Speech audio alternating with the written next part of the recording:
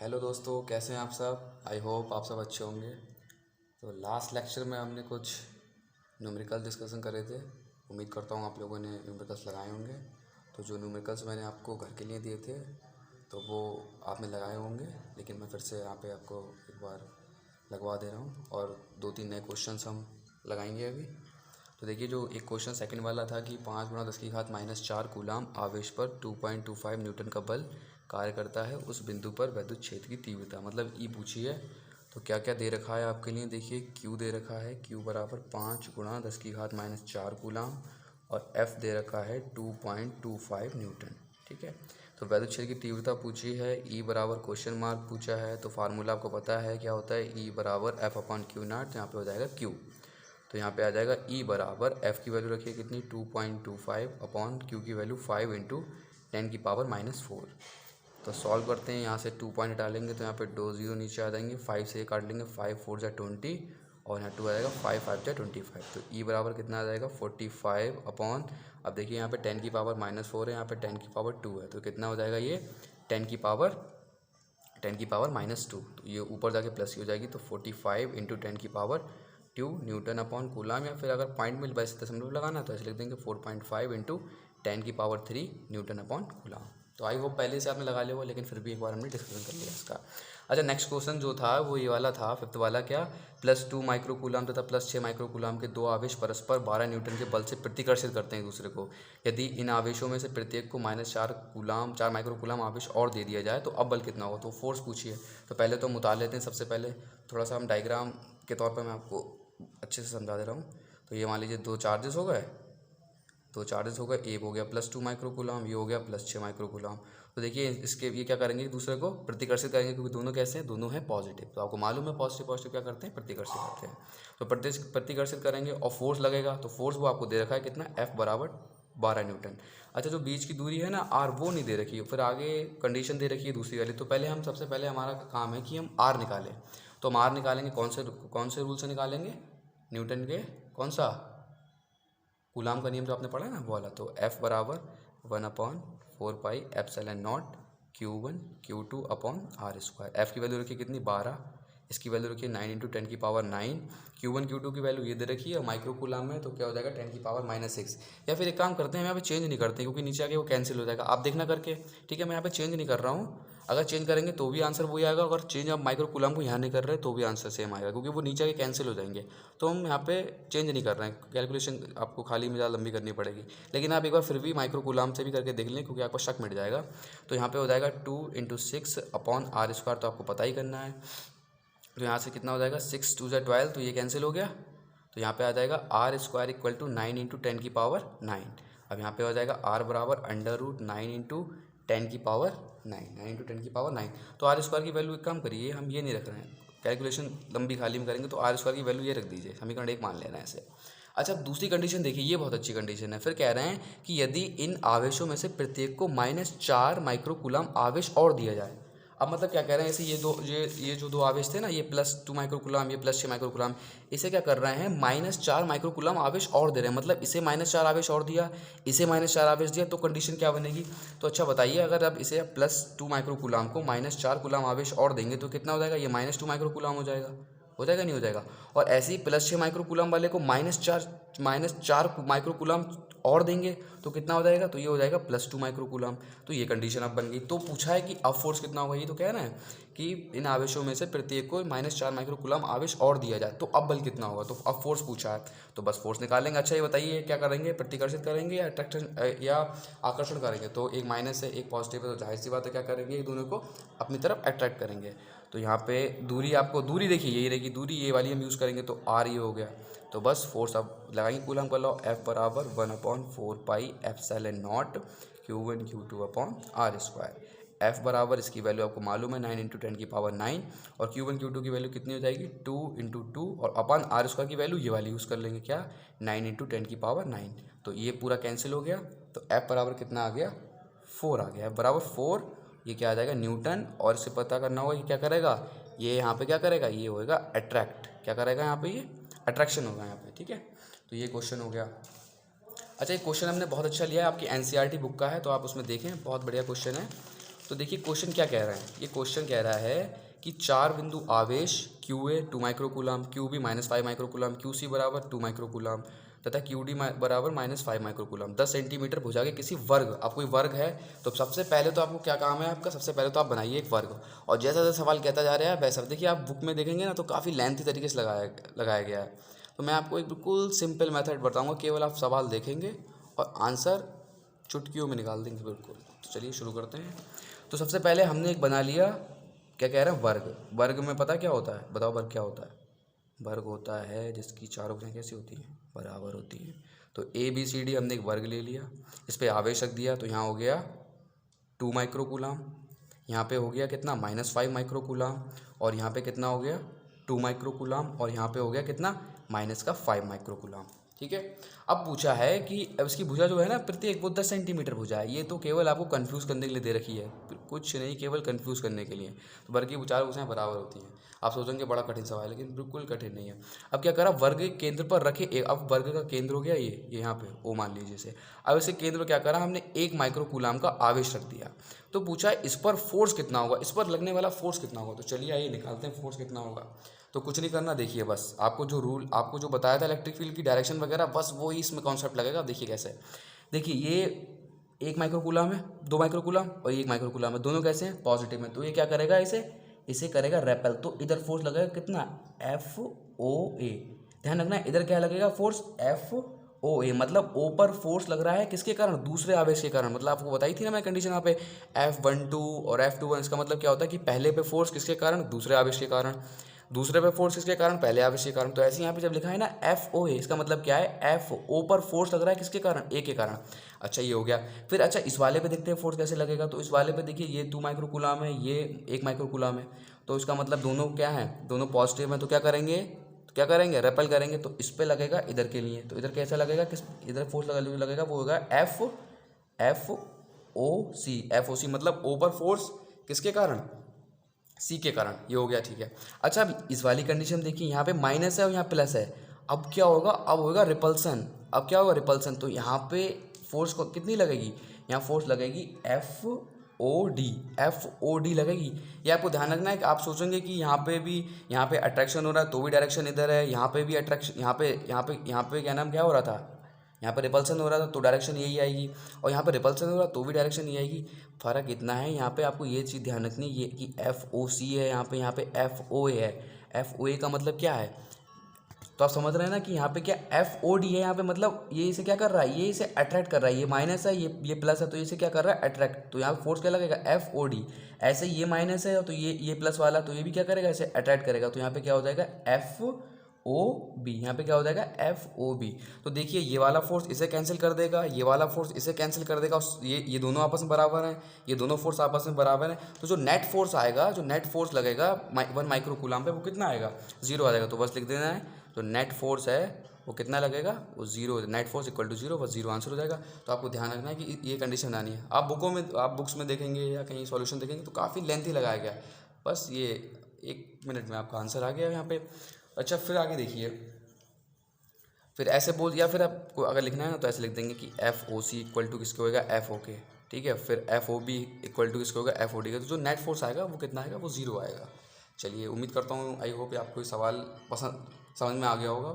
आपके NCERT book में आप देख लेना उसमें।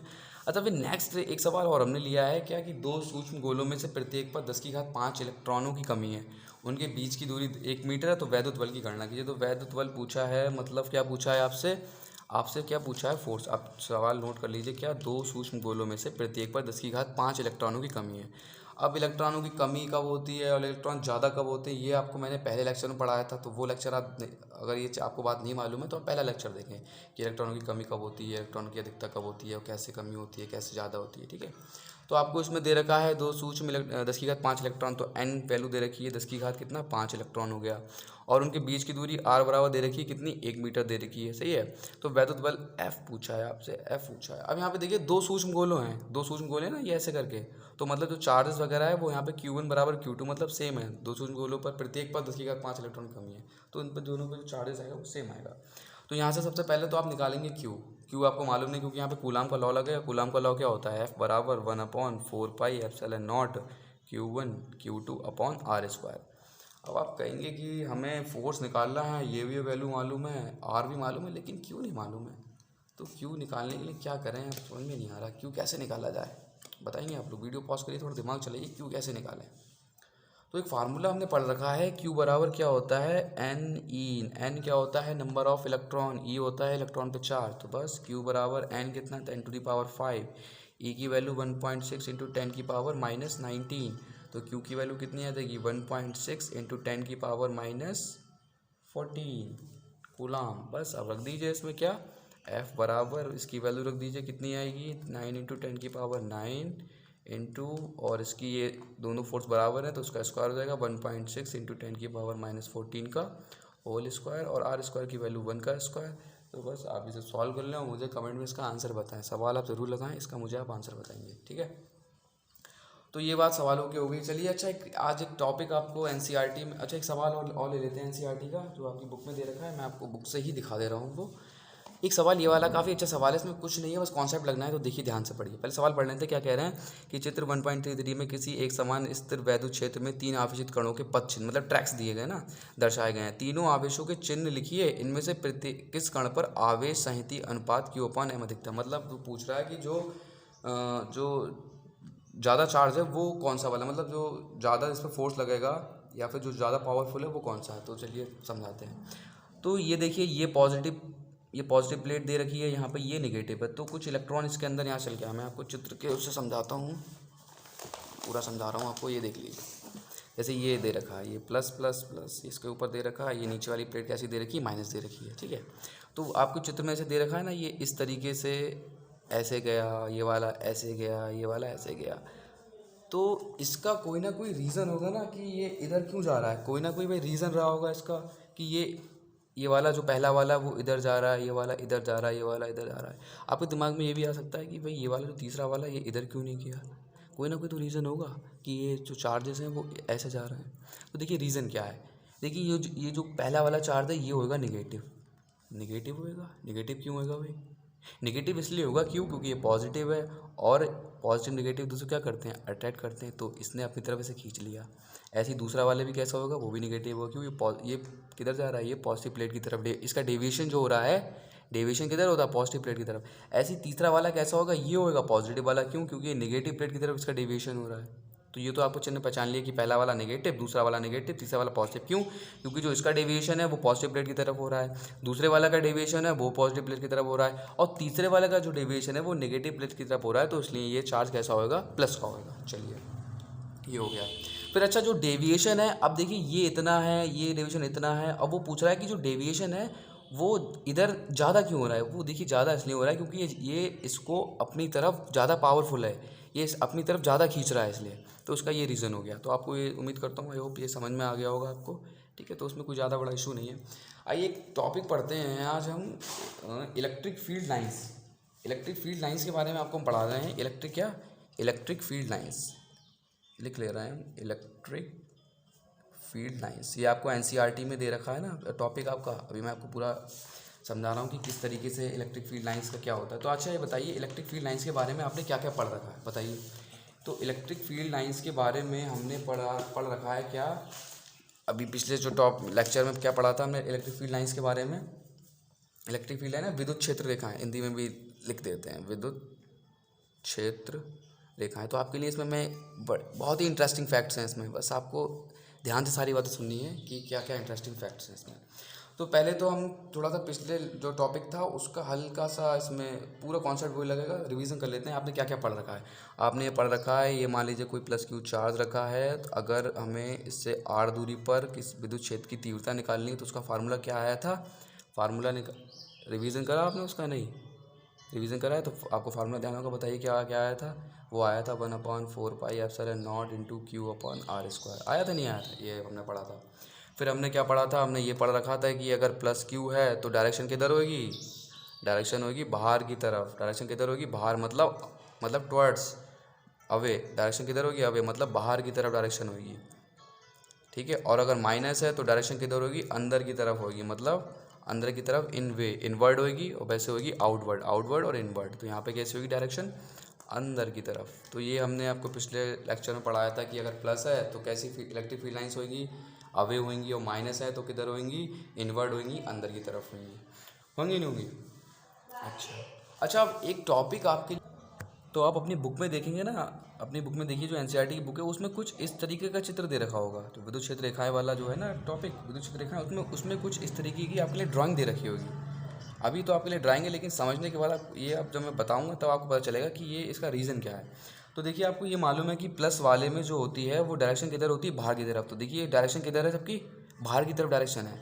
अच्छा, आपने इसमें एक चीज़ बिल्कुल छोटा सा पॉइंट नोट करिए, जैसे ये जो लाइन है, ये जो तीर आपको दे रखा होगा ये बड़ा है, इसके बाद फिर तीर छोटा हो गया, फिर तीर और छोटा हो गया। ऐसे यहाँ पे देखिए, मतलब हर डायरेक्शन में जो पहला तीर है वो बड़ा है, उसके बाद फिर तीर कैसा हो गया, छोटा हो गया, फिर उसके बाद और छोटा होता चला गया। तो इसका कोई रीज़न है या फिर इसे हमने ऐसे ही छोटा कर दिया? ये मान देखिए ना, पहला जो तीर है वो काफ़ी बड़ा है, इसके बाद इतना छोटा हो गया, फिर और छोटा हो गया। तो इसका क्या रीज़न है? इसका रीज़न देखिए क्या है। फार्मूला आपने पढ़ा, आपको बताया था कि यहाँ पे क्या होता है, E is indirectly proportional 1/r²। मतलब क्या, जैसे जैसे दूरी बढ़ेगी, जैसे जैसे दूरी क्या होगी, जैसे जैसे दूरी आप बढ़ाएंगे वैसे वैसे जो इलेक्ट्रिक फील्ड है वो क्या होता जाएगा, वो कम होता चला जाएगा। तो देखिए इलेक्ट्रिक फील्ड जो जैसे जैसे क्या हो रही, दूरी बढ़ेगी, ये क्या बता रही है, ये बता रही है इलेक्ट्रिक फील्ड लाइंस। तो देखिए दूरी पहले यहाँ से यहाँ तक थी तो इलेक्ट्रिक फील्ड यहाँ पे क्या होगा, ज़्यादा होएगा। फिर दूरी और बढ़ा दी तो इलेक्ट्रिक फील्ड अब क्या होगा, वो कम होता चला जाएगा। फिर दूरी और बढ़ गई तो इलेक्ट्रिक फील्ड अब क्या हो गया, और कम हो गया। तो ये बस ये लाइन यही शो कर रही है कि जैसे जैसे आप दूरी बढ़ाते चले जाएंगे वैसे वैसे इलेक्ट्रिक फील्ड क्या होता चला जाएगा, वो कम होता चला जाएगा। समझ रहे हैं ना, कि ये पहली लाइन आप देखेंगे ना बुक में कि ये पहले तीर छोटा दे, मतलब बड़ा दे रखा है, फिर उसके बाद और छोटा कर दिया, फिर और छोटा। तो उसका मतलब यही रीज़न है कि जैसे जैसे हम दूरी बढ़ाते चले जाएंगे वैसे वैसे जो इलेक्ट्रिक फील्ड है वो क्या होता जाएगा, वो कमज़ोर होता चला जाएगा, वो कम होता चला जाएगा। तो इसका ये रीज़न होता है। अच्छा, अगर आप इसके अपोजिट माइनस या माइनस का ले लेंगे तो कैसी हो जाएगी वो, तो वो अंदर की तरफ हो जाएगी। तो ये इसमें बताना था कि अंदर की तरफ हो जाएगी। अच्छा, इलेक्ट्रिक फील्ड की इंटेंसिटी जीरो जीरो हो पाएगी नहीं, इलेक्ट्रिक फील्ड की जो, अच्छा आप बोलेंगे ना कि ऐसे करते चले जाओ दूर दूर, तो एक टाइम ऐसा आएगा कि ये जीरो हो जाएगी। तो ये जीरो नहीं हो सकती, क्यों? क्योंकि जीरो तभी हो पाएंगे जब आर बराबर क्या रखोगे, इन्फिनिटी। जब आर बराबर इन्फिनिटी रखोगे तो ई बराबर कितना आएगा, जीरो। तो ये कंडीशन एप्लीकेबल नहीं है हमारे लिए। तो ये जो इलेक्ट्रिक फील्ड लाइन्स होती हैं ये कभी ख़त्म नहीं होती हैं, ये कभी ख़त्म नहीं होती हैं। अब पेज पे बनाने के लिए हमने बना दिया है, ये कभी ख़त्म नहीं होती। आप सोच रहे हैं कि ये यहीं पे ख़त्म हो गई हैं, समाप्त हो गई हैं, तो ये यहाँ पे एंड नहीं हुआ है इनका, ये अनंत तक हैं। ये आप देखेंगे अनंत तक। ये देखिए जो सारी रचना ये है, ये सब मनगढ़ंत कहानी बनाएंगे, सब काल्पनिक है ये। तो हमें पता चल गया प्लस पॉजिटिव वाले में अवे होती है, नेगेटिव वाले में किधर होती है, अंदर के लिए होती है। तो ये कंडीशन हो गई। और कि जब इलेक्ट्रिक फील्ड की जब आप दूरी बढ़ाते चले जाएंगे तो इलेक्ट्रिक फील्ड कम होता चला जाएगा। तो ये वाली कंडीशन इसमें हो गई। अच्छा, अगर आप, जैसे मैं आपको कोई चार्ज दे दूँ क्यू, जैसे आप बताओगे कि जैसे मैंने आपको कोई चार्ज दे दिया क्यू चार्ज दे दिया, तो मैं अगर आपसे कहूँ ये इसे पहचानो कि ये पॉजिटिव है या नेगेटिव है, अब आपको ये क्या बात हुई, इसमें तो आपको साइन भी नहीं दिया आपने कि ये पॉजिटिव है या नेगेटिव है, कैसे पहचाने ये? तो आप आराम से पहचान सकते हो, इसे बता सकते हो कि ये चार्ज पॉजिटिव है या नेगेटिव। अगर मान लो कुछ चार्ज दे दिया जाए और मैं आपसे बोल रहा हूँ कि इस चार्ज को पहचानिए कि ये पॉजिटिव है या नेगेटिव, तो आप पहचान सकते हैं कि ये पॉजिटिव है नेगेटिव? नहीं पहचान पाओगे। पिछला लेक्चर देखो जाके, अगर नहीं पहचान मिल जाए तो देखिए कैसे पहचानेंगे। आपको बताया क्या कि इसके पास हम एक टेस्टिंग चार्ज रखेंगे। कौन सा क्या रखेंगे? टेस्टिंग चार्ज रखेंगे, परीक्षण आवेश रखेंगे और इसके पास लेके आएंगे। अगर ये, अब इसका कुछ भाई, ये अपना इलेक्ट्रिक फील्ड जनरेट करेगा। अगर ये दूर भाग रहा है तो ये चार्ज कैसा होगा? पॉजिटिव होएगा। अगर इसकी तरफ आ रहा है तो कैसा होगा? नेगेटिव होगा। तो आप आसानी से पहचान सकते हैं कि अगर बाहर की तरफ भागेगा ये परीक्षण आवेश तो ये कैसा होएगा? ये पॉजिटिव चार्ज होगा। और अगर अंदर की तरफ आएगा तो कैसा होगा? तो नेगेटिव होगा। और परीक्षण आवेश का अपना इलेक्ट्रिक फील्ड कोई होता है इसका, ये जनरेट कर पाता है? तो ये अपना कोई इलेक्ट्रिक फील्ड जनरेट नहीं कर पाता है। ठीक है, तो ये आपको ये बात हो गई। फिर अच्छा, जो इलेक्ट्रिक फील्ड लाइंस होती है ना, ये पॉजिटिव से चल के निगेटिव पे ख़त्म होती हैं। क्या? पॉजिटिव से चलेंगी और कहाँ ख़त्म होगी? निगेटिव पे ख़त्म होगी। और दूसरी बात, आपको उसका दूसरा पॉइंट क्या ध्यान रखना है, ये जो इलेक्ट्रिक फील्ड लाइंस होती हैं ये लूप का, सर्कुलर लूप का निर्माण नहीं करती हैं। मतलब क्लोज लूप, ये जो क्लोज लूप होता है ना, क्लोज लूप नहीं बनाती है। आप कहोगे क्लोज लूप क्या होता है? जैसे आपने मैग्नेटिक फील्ड लाइन्स के बारे में पढ़ रखा होगा। मैग्नेटिक फील्ड लाइन्स कहाँ चलती है? साउथ से चल के नॉर्थ पे इस तरीके से घूमती जाती है। तो ये पॉजिटिव जाएंगी और नेगेटिव पे खत्म हो जाए। ये नहीं कि फिर नेगेटिव से लौट के फिर से पॉजिटिव में आए। जैसे आपने हाई स्कूल में पढ़ रखा है मैग्नेटिक फील्ड लाइन्स के बारे में कि वो साउथ से गई, नॉर्थ में गई, फिर इधर करके क्लोज लूप बना रही हैं। तो इलेक्ट्रिक फील्ड लाइन्स जो होती हैं ये क्लोज लूप नहीं बनाती हैं। ये क्लोज लूप क्या करती हैं? ये क्लोज लूप पे नहीं बना पाती हैं। और इलेक्ट्रिक फील्ड लाइन्स कभी ख़त्म नहीं होती हैं स्पेस में, ये इन्फिनिटी तक चलती रहती हैं। ये एक पॉइंट आपको ध्यान रखनी है। अच्छा, फिर आपके लिए एक चित्र इसमें और दे रखा होगा। अगर आप आगे देखेंगे तो केवल चित्र क्या है, वो चित्र ऐसे दे रखा है। केवल आपके लिए चार्ज दे रखा है एक प्लस क्यू, एनसीईआरटी में ही है, पेज नंबर आपका 25 पे आप देख रहे हैं चित्र वो इस तरीके से। ये फिर ये थ्योरी, इसके बाद में ये वाला मतलब थ्योरी आई थी कि इस तरीके से चित्र बना रखा है, इस तरीके से ऐसे बना होगा आपके लिए। तो उसमें कैसे पहचानेंगे, दोनों चीज़ें सेम हैं, तो देखिए कैसे पहचानेंगे। अब आप कहोगे कि इसमें ये तो मालूम चल रहा है कि चार्ज प्लस है, कि सारी इलेक्ट्रिक फील्ड लाइंस बाहर हैं, लेकिन अब आप ये कहोगे कि इसमें तो मान लीजिए हम पहचान लेंगे कि इलेक्ट्रिक फील्ड की इंटेंसिटी लगातार कम होती चली जा रही है, क्योंकि जैसे दूरी बढ़ाएंगे वैसे वैसे इलेक्ट्रिक फील्ड कम होता चला जाएगा। लेकिन यहाँ पे तो कुछ ऐसा दिया नहीं, यहाँ तो केवल तीर ऐसे करके लगा दिए गए हैं। तो यहाँ पे आपके लिए क्या, यहाँ पे जो इलेक्ट्रिक फील्ड है वो आपके लिए, जो इलेक्ट्रिक फील्ड लाइन्स की वो डेंसिटी बताएगी। क्या बताएगी?